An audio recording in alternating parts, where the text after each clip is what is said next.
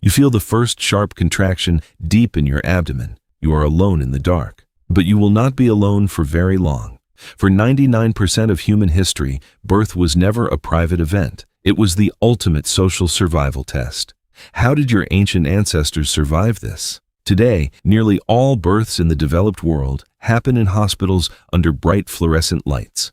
But for roughly 300,000 years, your ancestors faced this terrifying, miraculous moment out in the open. Walking on two legs changed everything. Look closely at your own skeleton. Walking upright meant our pelvis had to become narrow and bowl-shaped to support our internal organs. Anthropologist Sherwood Washburn called this the obstetrical dilemma. But at the exact same time, our ancestral brains were rapidly expanding, a giant head passing through a narrow, twisted, bony canal. How did your ancestors survive this biological contradiction? Look at the mechanics of the process. In almost all other primates, the baby emerges facing the mother. A chimpanzee mother can reach down and literally pull her infant forward to clear the airway. Evolutionary anthropologist Wenda Trevathan points out that human babies do something completely different. They rotate. Because the human birth canal is an intricate, twisted shape, the baby has to turn sideways and then face backwards toward your spine. If you try to pull the baby out yourself, you risk snapping its delicate neck. Who is going to catch the child? This single anatomical twist changed the course of human evolution. You cannot do this alone. Trevathan coined the term obligate midwifery. It means humans are the only species that strictly requires assistance to safely give birth. Your ancient ancestors did not have doctors, monitors, or epidurals, but they had something just as vital. They had each other. How did a prehistoric tribe handle the sudden onset of labor? Let's reconstruct a day in the life of an ancient human giving birth. You are part of a small hunter-gatherer band, maybe 30 people in total. The sun is setting over the dry, sweeping savanna. You feel the heavy, undeniable pressure building in your lower back. You do not panic. You retreat slightly from the main camp, but you are closely followed. Two older women from your tribe stay right by your side. These are not medical professionals. They are simply women who have survived this exact ordeal before. Why is their presence so crucial to your survival? Fear is the greatest enemy of labor. When an animal is terrified, its body releases a massive flood of adrenaline, which immediately stalls contractions. This is a brilliant survival mechanism. It gives a gazelle precious time to run from a stalking lion. But for ancient humans, a stalled labor was a death sentence. The presence of companions lowers your adrenaline. It boosts oxytocin, the powerful hormone that drives the uterine muscles. The quiet murmurs of the older women aren't just comforting. They are a biological necessity, keeping the labor moving forward. What happens when the actual moment of birth arrives? The environment around you is completely unforgiving. There are no clean sheets. You are kneeling on packed dirt, padded only with a few broad leaves or a rough animal skin. The smell of wood smoke drifts. The sounds of the wild are all around you. Hyenas laugh in the distance, a constant reminder of the danger lurking just beyond the firelight. The older women keep the fire bright to ward off predators drawn by the scent of blood. Every sense is heightened. How did your body know exactly what to do?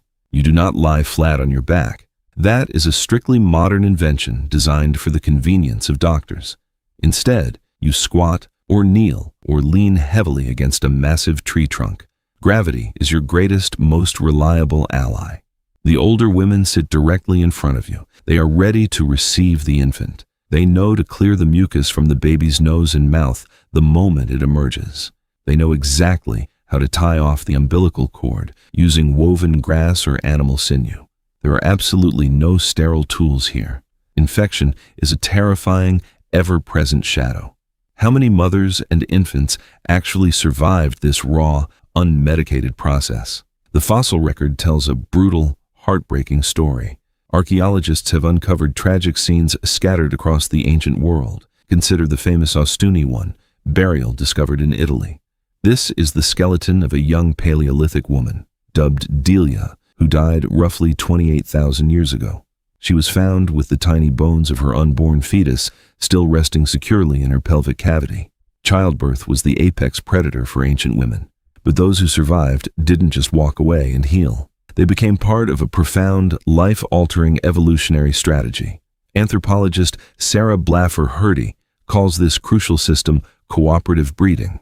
What does this mean for the child? The survival of the mother was only the first hurdle. The survival of the infant was entirely another. Evolutionary anthropologist Kristen Hawkes spent years studying the modern Hadza hunter-gatherers of Tanzania to understand our past. She helped popularize the famous grandmother hypothesis. This brilliant theory asks a simple but profound evolutionary question.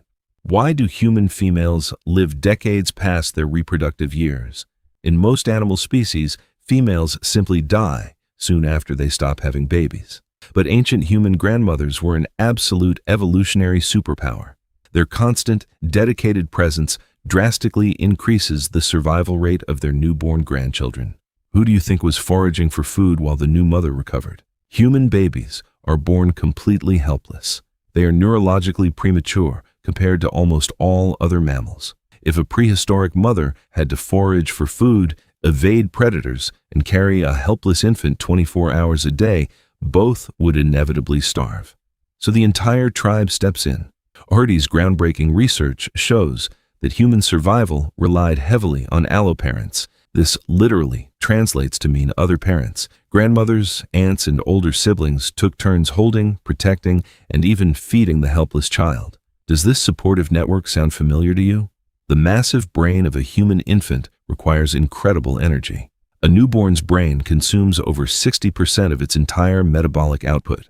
To fuel this incredible, rapid growth, the fragile child needs constant care, warmth, and rich breast milk. The mother simply cannot provide all of this energy entirely on her own. The alloparents bring her nutrient-dense foods like roasted tubers or rich animal bone marrow, so she can safely convert that energy into milk. It is a brilliant, community-wide transfer of calories. This intense cooperation is the hidden engine driving human intelligence. What happens when we suddenly remove this vital engine? Think about your own world today. The intense isolation of the modern nuclear family is entirely new. Today, a new mother is often sent home to a quiet apartment, alone with a crying infant, and expected to bounce back instantly.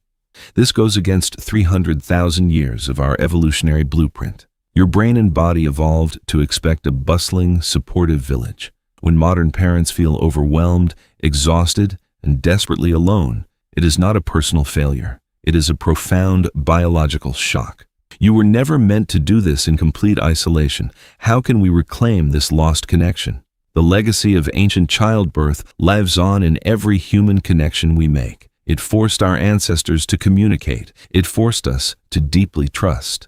The extreme vulnerability of bringing a human into the world is exactly what forged our profound capacity for empathy. You are alive right now because thousands of generations of women reached out their hands in the dark to catch a falling child. You feel the first sharp contraction deep in your abdomen.